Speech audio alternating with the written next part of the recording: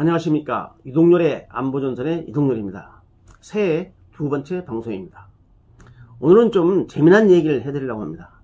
그렇지만 매우 국가안보상 심각한 얘기입니다. 청와대 내부에 북한의 여간첩이 있었다. 여러분 이런 말 들어보신 적 없죠? 네, 바로 그에 관한 얘기를 해드리겠습니다. 제가 첫 회에서 한반도 5대 안보전선을 말씀드리면서 스파이 전선을 언급했습니다. 자국의 스파이를 적의 핵심 기관, 정보기관에 침투시키는 스파이 전선입니다. 이 국제첩보운동선상에서 간간히 등장하는 이런 사례입니다. 우리 대한민국에도 예는 아닙니다.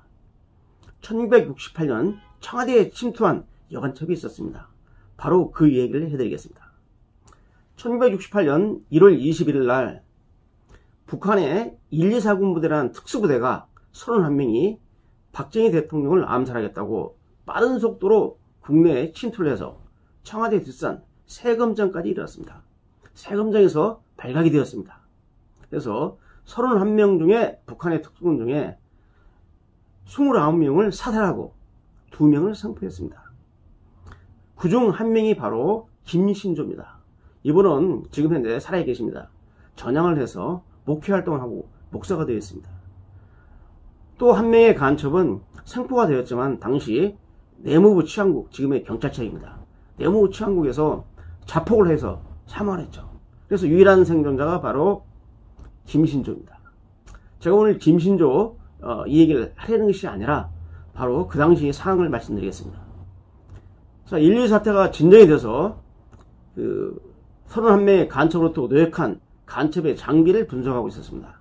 그런데 간첩 그 장비 내용 중에 비닐봉지에 쌓여있던 지도가 나왔습니다. 그 지도에 청와대 내부 약도가 나왔습니다. 여러분, 청와대는 특급 보안시설이기 때문에 청와대에 근무한 사람이 아니고서는 그런 그림을 그릴 수가 없습니다. 예를 들면 대통령 집무실이 어디고 대통령 집무실의 1층에 어떻게 경호원이 있고 2층에 어떻게 돼 있고 또 숙소는 어디고, 이 청와대 내부 약도가 정확히 나왔기 때문에 당시 대공수사팀은 청와대 안에 북한 간첩이나 협력자가 있지 않고서는 이렇게 자세하게 청와대 내부 약도를 그릴 수 없다라는 판단을 가지고 과연 누가 바로 그 대상자인지를 은밀하게 조사하고 있었습니다. 자, 그런데 밝혀졌습니다. 청와대 경호실에 근무했던 여자 경호 비서관인 김옥화라는 여자가 있었습니다. 이 김옥화라는 여자는 독일에 유학을 가서 독일 현지에서 같이 유학 온 남학생하고 사귀게 되고 그 남학생과 그 연애를 해서 결혼에 성공하게 됩니다. 근데 문제는 그 남편에 있습니다. 이미 미리 먼저 그 독일에 유학한 이 남편이 유학생 시절에 북한에 포섭이 된 간첩이었습니다. 그래서 김옥화하고 결혼을 하고 이 남편은 지방 모 대학에 교수로 가 있었고, 김옥화는 화려한 스펙을 바탕으로 해서 서울의 유명한 그 여자 대학을 나왔습니다. 그 스펙을 바탕으로 해서 청와대 경호실, 당시 박종규 경호실장의 경호비서관이었습니다. 자, 직책이 경호비서관이다 보니까 박종규 경호실장을 갖다가 대동하면서 청와대 구석구석을 다 가게 됩니다. 대통령 집무실에 가서 직접 서류를 전달하고 또 박종규 비서실장을 수행하기 때문에 안 가본 곳이 없죠. 그렇기 때문에 이 김옥화라는 이 여자 비서관이 자기 남편의 부탁에 의해서 정확하게 청와대 내부 약도를 다 그려준 겁니다. 바로 그걸 가지고 이 남편한테 갖고 남편이 북에 전달해 가지고 그걸 가지고 박정희 대통령을 암살하겠다고 직접 청와대 기습사건을 일으킨 거죠. 당시 이 김옥화 사건은 철저히 비밀에 묻혀 있었는데 중앙정보부장으로서 미국으로 망명했던 김형욱이 회고록을 발행합니다. 이 회고록 속에서 김옥화의 존재를 최초로 공개했습니다.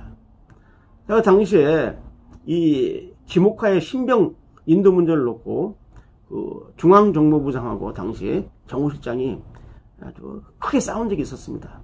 이러한 일화까지도 소개를 하고 있는데, 제가 1990년대 중반에 당시 우리 경찰, 대공경찰, 각 경찰서 대공과정 하는 이 간부위원을 대상으로 제가 강의를 하고 있었는데, 강의 중에 이 대군경찰은 국가 안보를 지키는 경찰이기 때문에 김옥화 간첩 사건을 소개하면서 우리 핵심 기관에도 북한의 간첩이 난파될 가능성이 있기 때문에 그 가능성을 배제시키지 말라고 하면서 김옥화 사건을 제가 얘기했는데, 강의를 듣던 한 그 대공 간부가 뒤에서 손을 들었어요.